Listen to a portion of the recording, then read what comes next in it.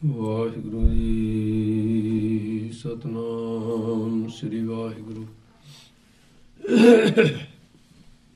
ਏਕ ਅਦੁੱਤੀ ਗੁਰੂ ਨਾਨਕ ਦੇਵਾ, ਓੰਕਾਰ ਗੁਰੂ ਅੰਗਦ ਭੇਵਾ। ਸਤਨਾਮ ਗੁਰੂ ਅਮਰ ਪਿਆਰੇ, ਕਰਤਾ ਰਾਮਦਾਸ ਗੁਰ ਬਾਰੇ। ਪੁਰਖ ਸ੍ਰੀ ਅਰਜਨ ਸੁਖਦਾਨੀ, ਨਿਰਭਉ ਹਰਿ ਗੋਬਿੰਦ ਗੁਣ ਖਾਨੀ।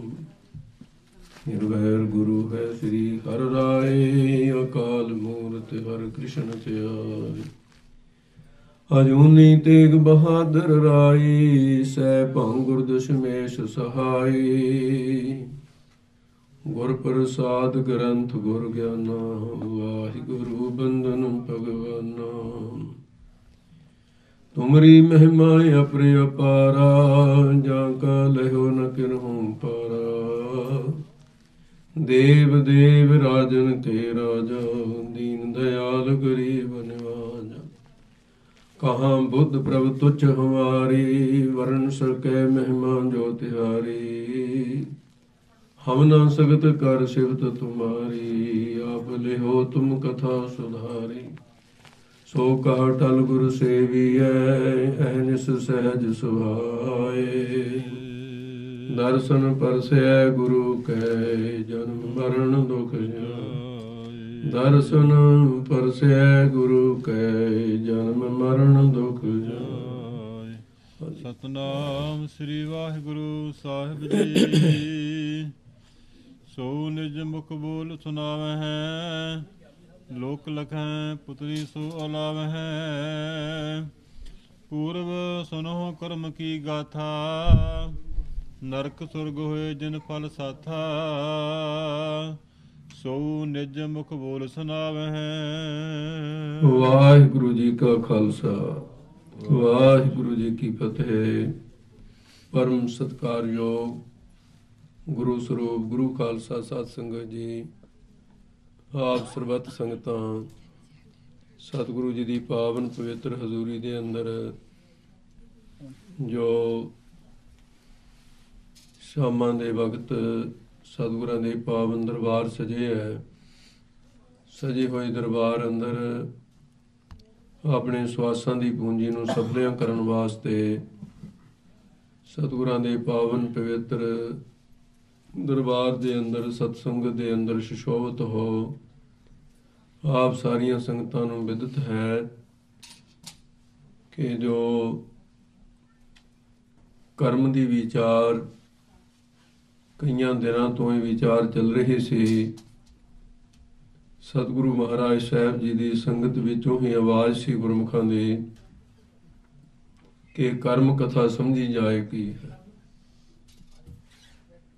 ਕਰਮ ਦੀ ਪਰਿਭਾਸ਼ਾ ਕੀ ਹੈ, ਕਰਮ ਕਿੰਨੇ ਪ੍ਰਕਾਰ ਦਾ ਹੈ, ਕਰਮ ਪੈਦਾ ਕਿਵੇਂ ਹੁੰਦਾ ਹੈ, ਔਰ ਜਨਮਾਂ ਜਨਮਾਂਤਰਾਂ ਦੇ ਕਰਮ ਜਿਹੜੇ ਨੇ ਉਹ ਸਾਡੇ ਸਰੀਰ ਵਿੱਚ ਕਿੱਥੇ ਪਏ ਆ, ਸਾਰੇ ਇਕੱਠੇ ਹੋਏ। ਕਿੰਨੇ ਪ੍ਰਕਾਰ ਦੇ ਕਰਮ ਹਨ। ਤੇ ਇਹ ਵਿਚਾਰ ਜਿਹੜੀ ਸੀ ਸ੍ਰੀ ਗੁਰੂ ਗੋਬਿੰਦ ਸਿੰਘ ਸਾਹਿਬ ਮਹਾਰਾਜ ਦੇ ਪਾਵਨ ਪਵਿੱਤਰ ਦਰਬਾਰ ਵਿੱਚ ਕਲਗੀ ਵਾਲੇ ਸਤਿਗੁਰੂ ਨੂੰ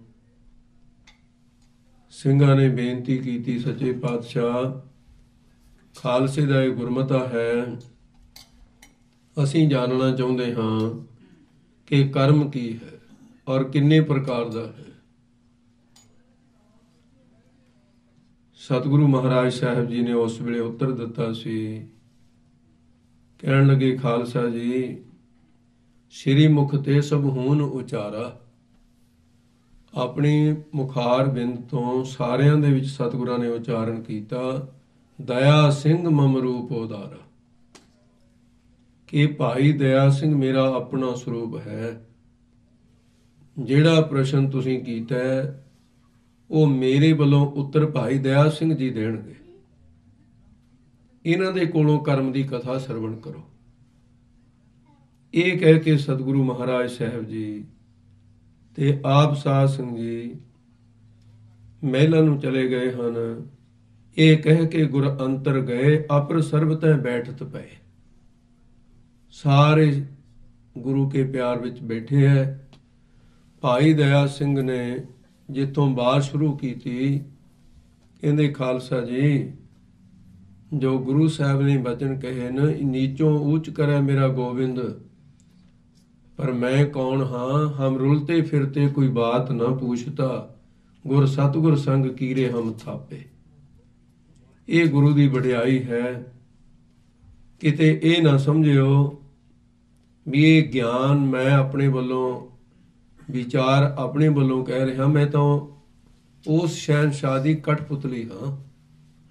ਜਿਉਂ ਬੁਲਾਵੇ ਤਿਉਂ ਬੋਲੇ ਸੁਆਮੀ, ਕੁਦਰਤ ਕਵਨ ਹਮਾਰੀ। ਉਹ ਪਰਮੇਸ਼ਰ ਵਾਹਿਗੁਰੂ ਦਾ ਸਾਖਸ਼ਾਤ ਗੁਰੂ ਗੋਬਿੰਦ ਸਿੰਘ ਜੀ ਸਰੂਪ ਹਨ। ਜਿਵੇਂ ਵੀ ਉਹ ਪ੍ਰੇਰਨਾ ਦੇਣਗੇ, ਮੇਰੀ ਬੁੱਧ ਵਿੱਚ ਵਹਿ ਕੇ ਉਹਨਾਂ ਨੇ ਗਿਆਨ ਦਾ ਚਾਨਣਾ ਦੇਣਾ। ਮੇਰੀ ਰਸਨਾ ਤੇ ਵਹਿ ਕੇ ਤੁਹਾਨੂੰ ਇਸ ਕਰਮ ਕਥਾ ਦਾ ਉੱਤਰ ਦੇਣਾ।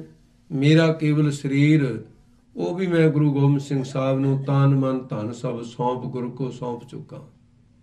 ਹੁਣ ਮੇਰਾ ਮੁਝ ਮੇਂ ਕੁਛ ਨਹੀਂ। ਇਹ ਭੁਲੇਖਾ ਨਾ ਖਾਣਾ ਵੀ ਦਇਆ ਸਿੰਘ ਬੋਲਦਾ। ਇਹ ਕਹਿ ਕੇ ਫਿਰ ਭਾਈ ਦਇਆ ਸਿੰਘ ਨੇ ਕਰਮ ਦੀ ਕਥਾ ਸਾਧ ਜੀ ਸ਼ੁਰੂ ਕਰਨ ਲੱਗੇ ਹਨ। ਦਇਆ ਸਿੰਘ ਤਬ ਬੋਲਤ ਪਏ ਤੇ ਇਹ ਵਚਨ ਕਹੇ ਵੀ ਗੁਰੂ ਤਾਂ ਹੈ ਸਮਰੱਥ, ਅਸੀਂ ਅਲਪਗ ਹਾਂ। ਸੋ ਇਉਂ ਕਹਿ ਕੇ ਸੋ ਨਿਜ ਮੁਖ ਸੁਣਾਵੇ, ਲੋਕ ਕਹੇ ਪੁਤਲੀ ਸੋ ਅਲਾਵ ਹੈ। ਤੇ ਲੋਕ ਇਹ ਸਮਝਦੇ ਨੇ ਜਦੋਂ ਪੁਤਲੀਆਂ ਦਾ ਤਮਾਸ਼ਾ ਦੇਖਦੇ ਹੈ ਕਿ ਸ਼ਾਇਦ ਪੁਤਲੀ ਆਪਣੇ ਆਪ ਨੱਚ ਰਹੀ ਹੈ। ਕਾੜ ਕੀ ਪੁਤਲੀ ਕਹਾਂ ਕਰੇ ਵਪਰੀ ਖਿਲਾਵ ਨਹਾਰ ਹੋ ਜਾਂਦਾ। ਇੱਥੋਂ ਇਹ ਕਥਾ ਆਰੰਭ ਹੁੰਦੀ ਹੈ। ਸੁਣਨਾ ਕਰੋ। ਸੋ ਨਿਜ ਮੁਖ ਬੋਲ ਸੁਣਾਵੇ ਹੈ, ਉਹ ਪੁਤਲੀ ਦੀ ਨਿਆਈ ਮੈਂ ਉਹੀ ਮੁਖ ਤੋਂ ਬੋਲ ਕੇ ਸੁਣਾਉਂਦਾ ਹਾਂ। ਲੋਕ ਲਗਾ ਹੈ ਪੁਤਲੀ ਸੋ ਅਲਾਵ ਹੈ। ਪੁਤਲੀ ਦੀ ਨਿਆਈ ਤੁਸੀਂ ਇਹ ਨਾ ਭੁਲੇਖਾ ਸਮਝਿਓ ਕਿ ਦਇਆ ਸਿੰਘ ਸੁਣਾ ਰਿਹਾ, ਮੈਂ ਤਾਂ ਕਠਪੁਤਲੀ ਹਾਂ ਗੁਰੂ ਦੇ। ਪੂਰਬ ਸੁਨੋ ਕਰਮ ਕੀ ਗਾਥਾ। ਪੂਰਬ ਨਾਮ ਹੈ ਪਹਿਲਾਂ। ਕਹਿੰਦੇ ਪਹਿਲਾਂ ਕਰਮ ਦੀ ਕਥਾ ਸਰਵਣ ਕਰੋ। ਕਰਮ ਹੈ ਕੀ? ਕਰਮ ਕਿਹਨੂੰ ਕਹਿੰਦੇ ਹਨ? ਨਰਕ ਸੁਰਗ ਹੋਏ ਜਿਨ ਫਲ ਸਾਥਾ। ਤੇ ਕਰਮਾਂ ਦੇ ਅਨੁਸਾਰ ਹੀ ਨਰਕ ਮਿਲਦਾ ਹੈ ਤੇ ਕਰਮ ਦੇ ਅਨੁਸਾਰ ਹੀ ਸਵਰਗ ਮਿਲਦਾ ਹੈ। ਕਰਮ ਦੇ ਅਨੁਸਾਰ ਟਿੱਡੀਆਂ ਪਿਪਲੀਆਂ ਦੀ ਜੂਨ ਮਿਲਦੀ ਹੈ, ਹਾਥੀ ਘੋੜੇ ਮਿਲਦੇ ਨੇ। ਕਰਮ ਦੇ ਅਨੁਸਾਰ ਦੇਵੀ ਦੇਹੀ ਮਿਲਦੀ ਹੈ, ਦੇਵਤਾ ਵੀ ਕਰਮ ਕਰਕੇ ਬਣਦਾ ਹੈ। ਔਰ ਮਨੁੱਖ ਸਰੀਰ ਦੇ ਅੰਦਰ ਵੀ ਅਸੀਂ ਆਏ ਹਾਂ ਤਾਂ ਕਰਮ ਕਰਕੇ ਹੀ ਆਏ ਹਾਂ। ਕਰਮ ਕੀ ਹੈ? ਜੀਵ ਦਾ ਇੱਕ ਖੇਤ ਹੈ। ਕਰਮ ਇੱਕ ਧਰਤੀ ਹੈ ਜਿਹਦੇ ਵਿੱਚ ਜੈਸਾ ਬੀਜ ਬੀਜਿਆ ਗਿਆ ਉਹੀ ਪ੍ਰਫੁੱਲਤ ਹੁੰਦਾ ਹੈ। ਕਰਮ ਭੂਮੈ ਬੋ ਨਾਮ ਤਾਂ ਕਿਹਾ। ਕਰਮ ਧਰਤੀ ਸਰੀਰ ਜੁਗ ਅੰਤਰ, ਜੋ ਬੋਵੈ ਸੋ ਖਾਤ।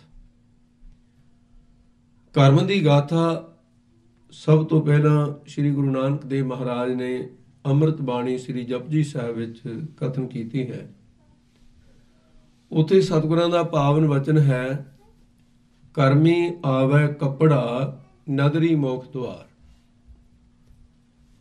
ਫਿਰ ਗੁਰਬਾਣੀ ਦੇ ਅੰਦਰ ਬਹੁਤ ਸਾਰੇ ਥਾਂ ਤੇ ਕਰਮ ਦੀ ਥਾਂ ਥਾਂ ਤੇ ਗੱਲ ਹੈ। ਤੇ ਕੱਪੜਾ ਬਸਤਰ ਨੂੰ ਕਹਿੰਦੇ ਨੇ। ਸਤਿਗੁਰੂ ਮਹਾਰਾਜ ਸਾਹਿਬ ਜੀ ਨੇ ਫਰਮਾਨ ਇਹ ਕੀਤਾ ਹੈ ਕਿ ਦੇਹ ਜਿਹੜੀ ਹੈ ਇੱਕ ਕੱਪੜਾ ਹੈ, ਹੋਰ ਕੁਝ ਵੀ ਨਹੀਂ। ਜੀਵ ਆਤਮਾ ਦੇ ਓਢਣ ਵਾਲਾ ਕੱਪੜਾ, ਚਮੜੇ ਦਾ ਇਹ ਕੱਪੜਾ ਜਿਹੜਾ ਤੈਨੂੰ ਮਿਲਿਆ ਹੈ, ਇਹ ਬਾਤ ਸਮਝ। ਜਿਸ ਨੇ ਦੇਹ ਬਾਰੇ ਸਮਝਣਾ ਹੈ, ਸਰੀਰ ਬਾਰੇ ਸਮਝਣਾ ਹੈ, ਤਾਂ ਉਹ ਕੱਪੜੇ ਬਾਰੇ ਪਹਿਲਾਂ ਸਮਝੇ ਕੱਪੜਾ ਹੈ ਕੀ। ਜਿਹਨੂੰ ਅਸੀਂ ਬਸਤਰ ਕਹਿੰਦੇ ਹਾਂ, ਇੱਕ ਇੱਕ ਧਾਗਾ ਜੋੜ ਕੇ ਨਾਮ ਉਹਦਾ ਬਸਤਰ ਪੈਂਦਾ ਹੈ। ਬਸਤਰ ਵਿੱਚ ਹੈ ਕਿ ਧਾਗੇ ਇਕੱਠੇ ਹੋਏ ਵੇ, ਇਕੱਠੇ ਹੋਏ ਧਾਗਿਆਂ ਨੂੰ ਬਸਤਰ ਕਹਿ ਰਹੇ।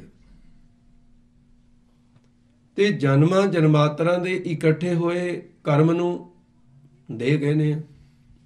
ਕਰਮੀ ਆਵੈ ਕੱਪੜਾ, ਦੇਹ ਰੂਪੀ ਕੱਪੜਾ।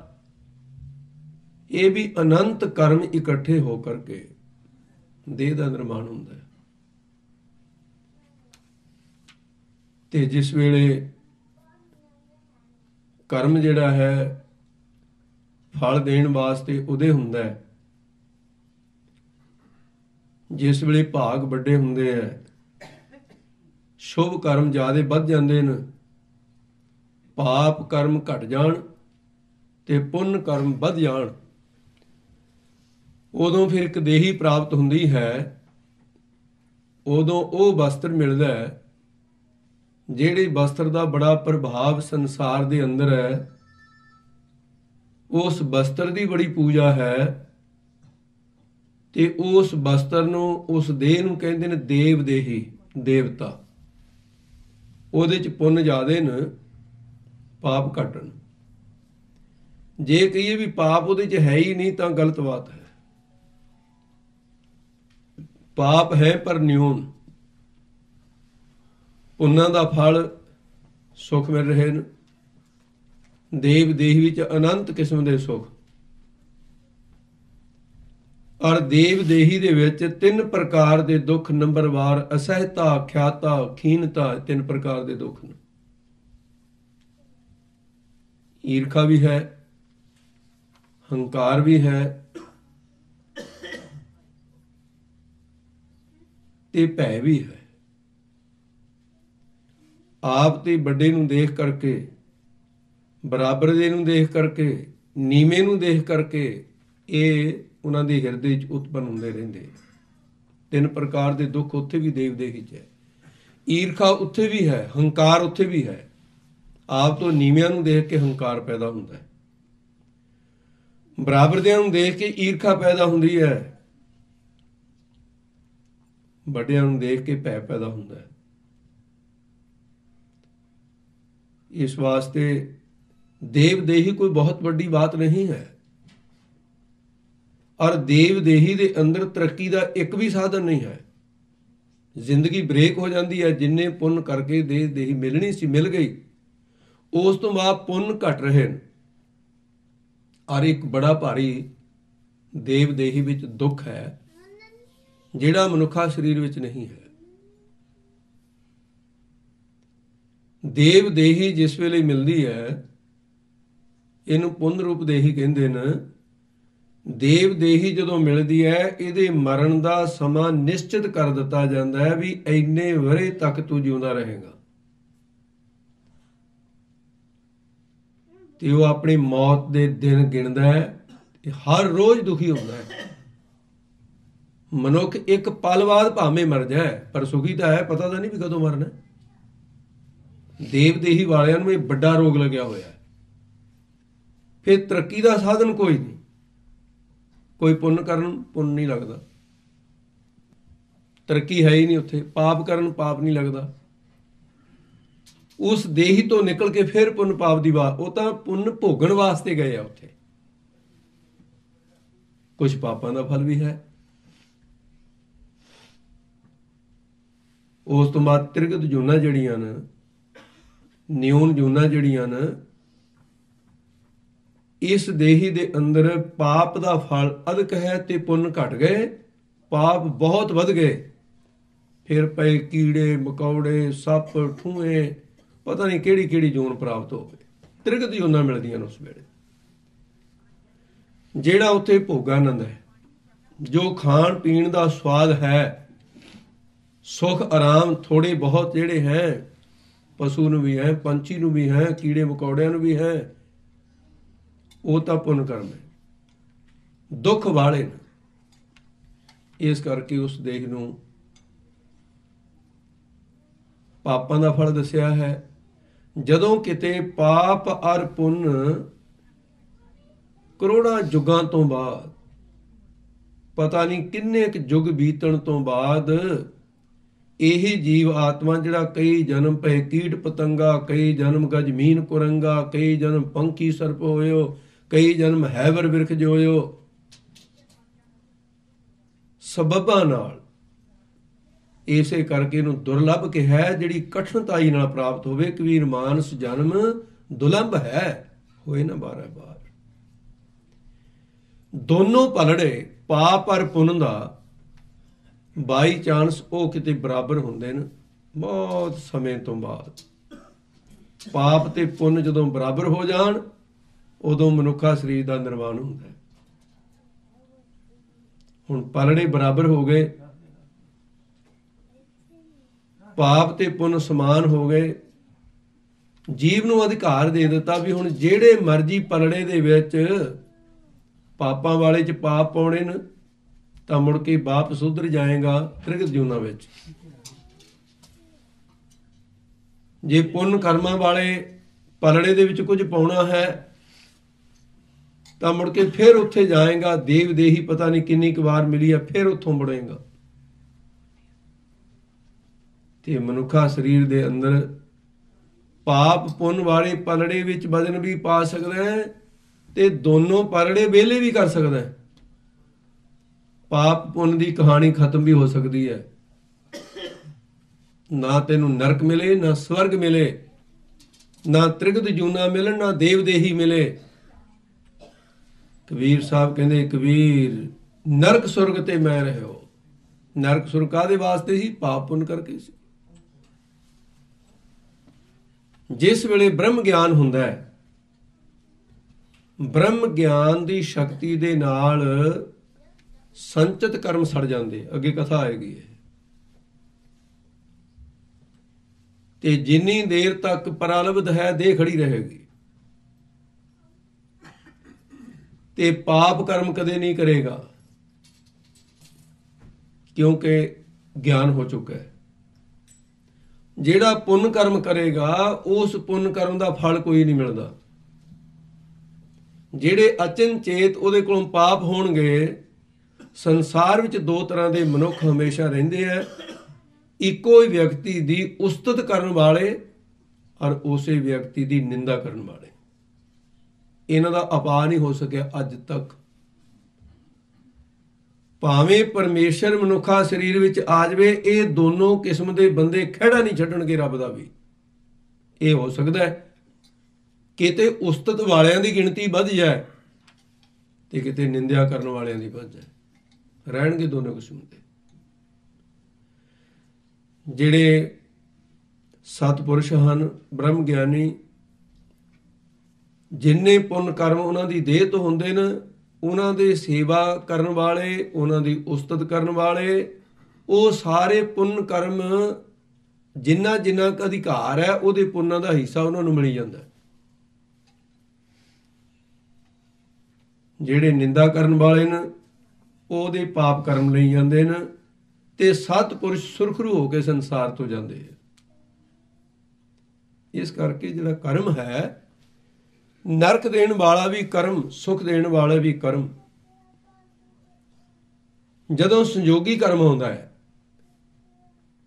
ਤੇ ਉਦੋਂ ਸਾਡੇ ਸੰਬੰਧੀਆਂ ਦਾ ਮਿਲਾਪ ਹੋ ਜਾਂਦਾ, ਵਿਛੜੇ ਹੋਏ ਵੀ ਮਿਲ ਜਾਂਦੇ ਨੇ। ਸੰਜੋਗ ਕਰਮ, ਸੰਜੋਗੀ ਕਰਮ ਆ ਗਿਆ। ਜਦੋਂ ਵਿਜੋਗੀ ਕਰਮ ਆ ਜਾਵੇ ਤੇ ਮਿਲੇ ਹੋਏ ਵੀ ਵਿਛੜ ਜਾਂਦੇ ਨੇ। ਸੰਜੋਗ ਵਿਜੋਗ ਦੋਏ ਕਾਹਦੇ ਵਾਸਤੇ ਨੇ? ਕਾਰ ਚਲਾਵੇ। ਸੰਸਾਰ ਦੀ ਕਾਰ ਇਹਨਾਂ ਤੋਂ ਬਿਨਾਂ ਚੱਲ ਨਹੀਂ ਸਕਦੀ। ਸੰਜੋਗ ਵਿਜੋਗ ਧੁਰੋਂ ਹੀ ਹੁਆ। ਸੰਜੋਗ ਤੇ ਵਿਜੋਗ ਇਹ ਧੁਰਾਂ ਤੋਂ ਹੈ। ਕਰਮ ਦੀ ਗਾਥਾ ਬੜੀ ਅਜੀਬ ਗਾਥਾ ਹੈ। ਵੇਦ ਦੇ ਅੰਦਰ ਮੂਲ ਰੂਪ ਵਿੱਚ ਦੋ ਤਰ੍ਹਾਂ ਦਾ ਕਰਮ ਕਿਹਾ। ਇੱਕ ਕਰਮ ਨੂੰ ਕਿਹਾ ਬੇਹਿਤ ਕਰਮ, ਦੂਸਰੇ ਨੂੰ ਕਿਹਾ ਅਬੇਹਿਤ ਕਰਮ। ਇੱਕ ਕਰਮ ਦੇ ਕਰਨ ਦੀ ਵੇਦ ਦੀ ਆਗਿਆ ਹੈ। ਬੇਹਿਤ ਕਰਮ ਉਹ ਹਨ ਜਿਨ੍ਹਾਂ ਨੂੰ ਧਰਮ ਸ਼ਾਸਤਰ ਆਗਿਆ ਦਿੰਦਾ ਕਿ ਇਹ ਕਰਮ ਕਰ। ਅਬੇਹਿਤ ਕਰਮ ਉਹ ਹਨ ਜਿਨ੍ਹਾਂ ਨੂੰ ਵੇਦ ਆਗਿਆ ਦਿੰਦਾ ਹੈ ਕਿ ਇਹ ਨਾ ਕਰ। ਪੰਜ ਪ੍ਰਕਾਰ ਦਾ ਕਰਮ ਹੈ। ਨਿਤ ਕਰਮ ਹੈ, ਨਿਮਿਤ ਕਰਮ ਹੈ, ਕਾਮਿਆ ਕਰਮ ਹੈ, ਪ੍ਰਾਸ਼ਚਿਤ ਕਰਮ ਹੈ, ਨਿਖਿਧ ਕਰਮ ਹੈ। ਇਹ ਪੰਜ ਕਿਸਮ ਦਾ ਕਰਮ। ਉਸੇ ਮੂਲ ਰੂਪ ਵਿੱਚ ਦੋ ਤਰ੍ਹਾਂ ਦਾ। ਤੇ ਜਿਹੜਾ ਬੇਹਿਤ ਕਰਮ ਹੈ ਉਹ ਚਾਰ ਪ੍ਰਕਾਰ ਦਾ ਹੋ ਗਿਆ। ਨਿਖਿਧ ਕਰਮ ਇੱਕ ਤਰ੍ਹਾਂ ਦਾ ਹੈ, ਬਸ ਨਿਖਿਧ ਹੈ। ਨਿਤ ਕਰਮ ਉਹ ਹੈ ਜਿਹੜਾ ਆਗਿਆ ਹੈ ਵੇਦ ਸ਼ਾਸਤਰ ਦੀ, ਸਤਿਪੁਰਸ਼ਾਂ ਦੀ। ਨਿਤ ਕਰਮ ਕੀ ਹੈ? ਇਸ਼ਨਾਨ ਕਰਨਾ, ਜਿਹਦੇ ਕਰਨ ਦਾ ਭਾਵੇਂ ਪੁੰਨ ਫਲ ਕੋਈ ਨਹੀਂ, ਪਰ ਨਾ ਕਰਨ ਦਾ ਪਾਪ ਹੈ। ਅੰਮ੍ਰਿਤ ਵੇਲੇ ਉੱਠ ਕੇ ਇਸ਼ਨਾਨ ਕਰਨਾ, ਇਹ ਨਿਤ ਕਰਮ ਹੈ, ਨਿਤ ਹੀ ਕਰਨਾ ਹੈ। ਤੇ ਨਿਤ ਕਰਮ ਦੇ ਅੰਦਰ ਆ ਗਿਆ ਹੈ, ਜੇ ਨਹੀਂ ਕਰੇਗਾ ਤਾਂ ਇਹਦਾ ਤੈਨੂੰ ਪਾਪ ਲੱਗੇਗਾ। ਇਹ ਨਿਤ ਕਰਮ ਹੈ। ਨਿਮਿਤ ਕਰਮ, ਨਿਮਿਤ ਕਰਮ ਦੇ ਵਿੱਚ ਐਸਾ ਕਿਹਾ ਹੈ ਜਿਹੜਾ ਕਿਸੇ ਦੇ ਕਾਰਨ ਹੈ। ਜੈਸੇ 5 ਵਿਰਧ ਮੰਨੇ ਹੈ, 5 ਬਜ਼ੁਰਗ ਮੰਨੇ ਹੈ, ਵੱਡੇ ਮੰਨੇ ਹੈ ਕਿ ਆਯੂ ਵਿਰਧ, ਉਮਰ ਦੇ ਵਿੱਚ ਤੁਹਾਡੇ ਨਾਲੋਂ ਕੋਈ ਵੱਡਾ ਹੋਵੇ, ਜਦੋਂ ਤੁਹਾਡੇ ਕੋਲ ਆਵੇ ਉਸ ਵੇਲੇ ਉਥਾਨ ਕਰਮ ਕਰੋ। ਉਥਾਨ ਕਰਮ ਕੀ ਹੈ? ਉਹਦੇ ਸਨਮਾਨ ਵਾਸਤੇ ਤੁਸੀਂ ਉੱਠ ਕੇ ਖੜੇ ਹੋ ਜਾਓ। ਖੜੇ ਹੋਣ ਨਾਲ ਪੁੰਨ ਕੋਈ ਨਹੀਂ ਮਿਲਿਆ, ਲੇਕਿਨ ਨਾ ਖੜੇ ਹੋਣ ਦੇ ਨਾਲ ਪਾਪ ਕਰਮ ਬਣ ਗਿਆ। ਇਸ ਕਰਕੇ ਨਿਮਿਤ ਕਰਮ ਹੈ, ਕਿਸੇ ਨਿਮਿਤ ਨੂੰ ਲੈ ਕੇ ਕਰਨਾ। ਹੋਰ ਇਹਦੇ ਬੜੇ ਪ੍ਰਮਾਣ ਹੋ ਸਕਦੇ ਨੇ। ਕਾਮਿਆ ਕਰਮ ਜਿਹੜਾ ਇੱਕ ਕਾਮਨਾ ਨੂੰ ਲੈ ਕੇ ਕਰਨਾ। ਬ੍ਰਾਹਮਣ ਲੋਕ ਯੱਗ ਕਰਾਉਂਦੇ ਸੀ, ਕਾਮਿਆ ਕਰਮ ਬ੍ਰਿਸ਼ਟੀ ਯੱਗ ਸੀ, ਵੀ ਵਰਖਾ ਹੋਣ ਵਾਸਤੇ ਕਰਮ ਸੀ, ਪੁੱਤਰ ਵਾਸਤੇ ਸੀ। ਤੇ ਆਪਣੇ ਅਖੰਡ ਪਾਠ ਸਾਹਿਬ ਹੈ, ਸਹਿਜ ਪਾਠ ਹੈ, ਜਪਜੀ ਦੇ ਪਾਠ ਹਨ, ਸੁਖਮਨੀ ਸਾਹਿਬ ਦੇ ਪਾਠ ਹਨ। ਕਾਮਿਆ ਕਰਮ, ਕਾਮਨਾ ਲੈ ਕੇ ਕੋਈ ਕਰਮ ਕਰਨਾ। ਪ੍ਰਾਸ਼ਚਿਤ ਕਰਮ, ਇਹ 2 ਤਰ੍ਹਾਂ ਦਾ ਹੁੰਦਾ ਹੈ। ਪ੍ਰਾਸ਼ਚਿਤ ਕਰਮ ਵਿੱਚ ਇੱਕ ਤਾਂ ਸਾਧਾਰਨ ਪ੍ਰਾਸ਼ਚਿਤ ਕਰਮ, ਇੱਕ ਅਸਾਧਾਰਨ ਪ੍ਰਾਸ਼ਚਿਤ ਕਰਮ।